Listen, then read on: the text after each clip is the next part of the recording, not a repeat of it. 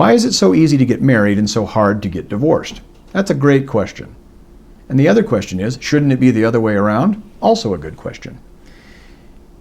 It would not be that hard to get divorced if you were to give up everything in the divorce. Think of it that way. If you told your spouse, I want a divorce so bad, I'll make this easy for you and as advantageous to you as possible by waiving any and all rights to the marital assets, spousal support, the kids, everything. If you did that, you could get divorced relatively quickly and without having to incur any attorney's fees. Heck, your spouse might even gleefully pay an attorney to draw up the my spouse is giving away the farm divorce action and settlement agreement.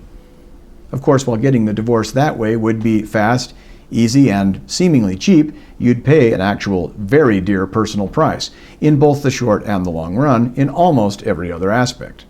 When you think about it, there are many endeavors that are easy to enter but prove to be very difficult to finish or exit, or at least to finish or exit comfortably or without dire consequences. College, for example, easy to enroll, get loans, hard to finish, hard to pay off those student loans, especially if you drop out and still have to pay the loans off. Business, easier to get into business than to stay in, and brutal to experience a business failure. It can have consequences for years after.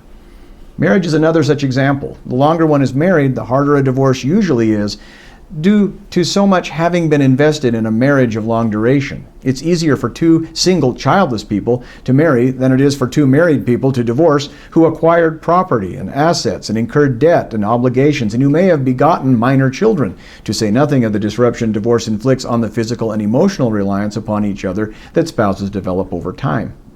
With this in mind, it's hard to conceive of a way by which we could reasonably and responsibly make easier than marrying the dividing of property and assets, apportioning responsibility for marital debts and obligations, and determining the custody and minor children in divorce.